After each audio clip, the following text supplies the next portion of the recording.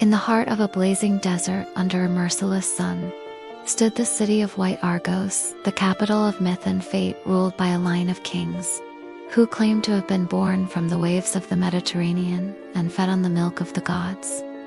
In a towering palace of marble, King Danaus stood, a man who had conquered deserts and seas, gazing at the horizon like someone waiting for destiny to explode. Behind him stood 50 daughters, born of different mothers, but united under one title, the Danaides. Each one of them was a unique blend of strength, beauty, and mystery. But in their eyes, despite their differing shades, there was one thing they all shared: fear. Danaus spoke in a hushed voice, as if to himself. "He's coming, my brother." With his request, his marriage proposal, and his betrayal, he turned to them, looking into their eyes.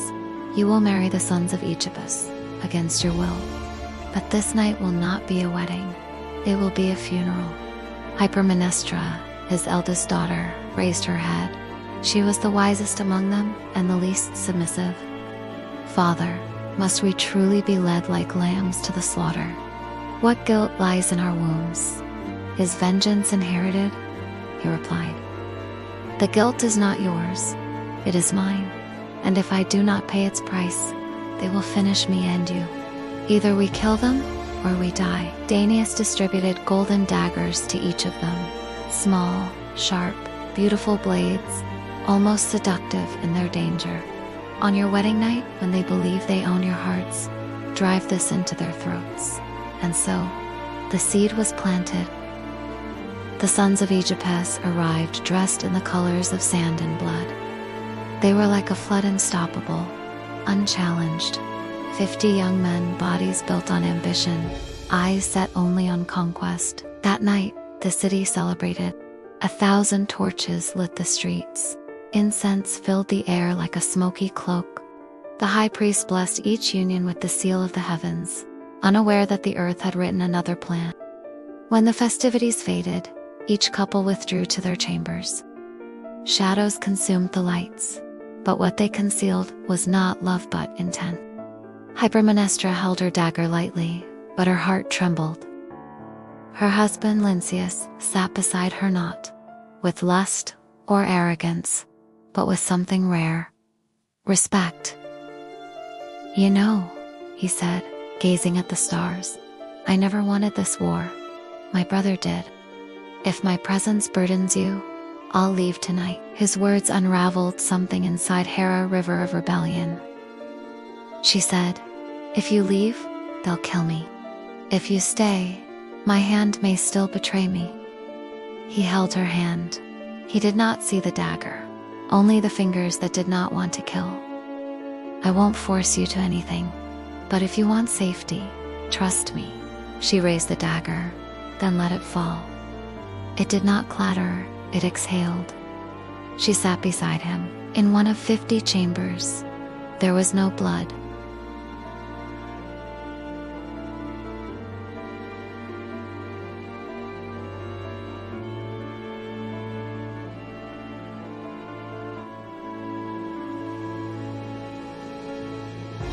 "50 rooms, 49 bodies, 49 brides with blood-stained wedding robes, and one with empty hands." He looked at Hypermnestra, and in his eyes she saw disappointment deeper than death. "You betrayed the blood, my daughter." "I saved my heart, father," she replied. "The Danaides were summoned before the gods. Judgment awaited in the divine court."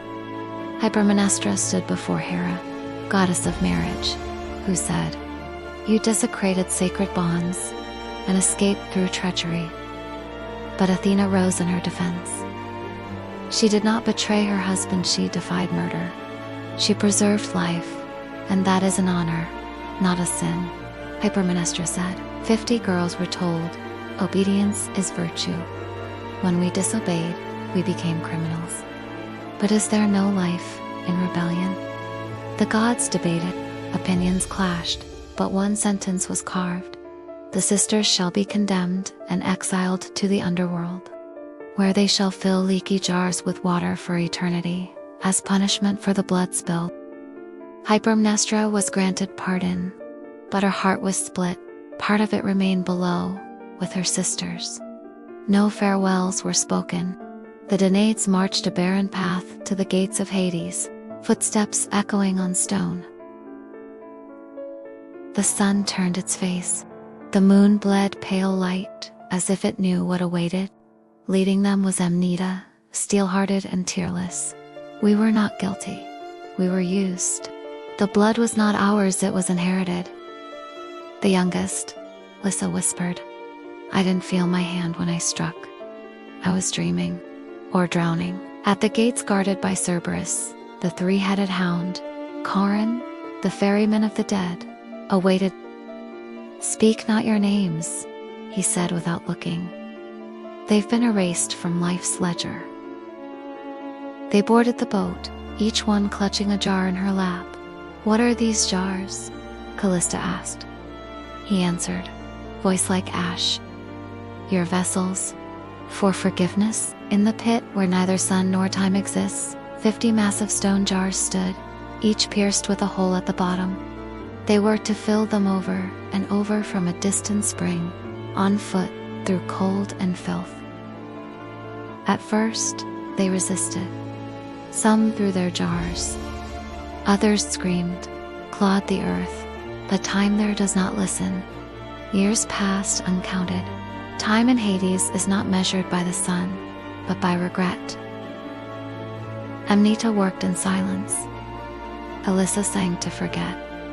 Callista talked to her jar like an old friend. Some sisters went mad. Some bled trying to smash their jars. At night, they sat on a smooth stone like an alterant, told each other stories of the world above.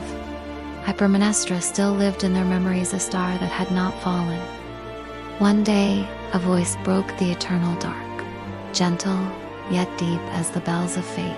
Daughters, do you remember why you're here? Alyssa spoke first. We're murderers. Or traitors. We don't know. No, the voice replied. You were human, ordered to become machines. Now, remember who you were. The ground beneath them opened, not in punishment, but revelation. Visions rose from the earth, memories long buried. Amnita riding horses, dreaming of becoming a warrior. Callista singing lullabies to village children. Alyssa baking barley bread for her mother. The voice said, forgiveness does not come from filling jars. It comes from remembering who you are. That night, for the first time in eternity, the sisters gathered with no jars in hand. What if we stopped? Amnita asked. What if we refused this punishment? There was hesitation. Fear had become routine. Suffering ritual. But they began to place their jars aside. The next day, nothing came. No fire, no roar, no retribution.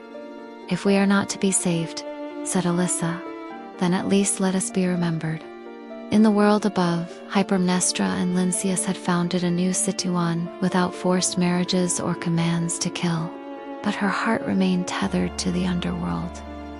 Every year, she visited an ancient shrine, poured water into a basin, and whispered, this is for you, sisters. In every drop a memory, in every memory a life. One year, the shrine disappeared. In its place grew a strange olive tree with 50 rings around its trunk.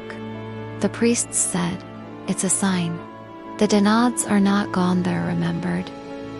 In Hades, the jars became hollow monuments. No longer were the sisters forced to fill them. They sat in a pale square, sharing stories with passing shadows. Amnita smiled, saying, we weren't forgiven because we filled the jars, but because we stopped lying to ourselves. Above, Hera exhaled. She said to Athena, perhaps defying the heart is the real disobedience.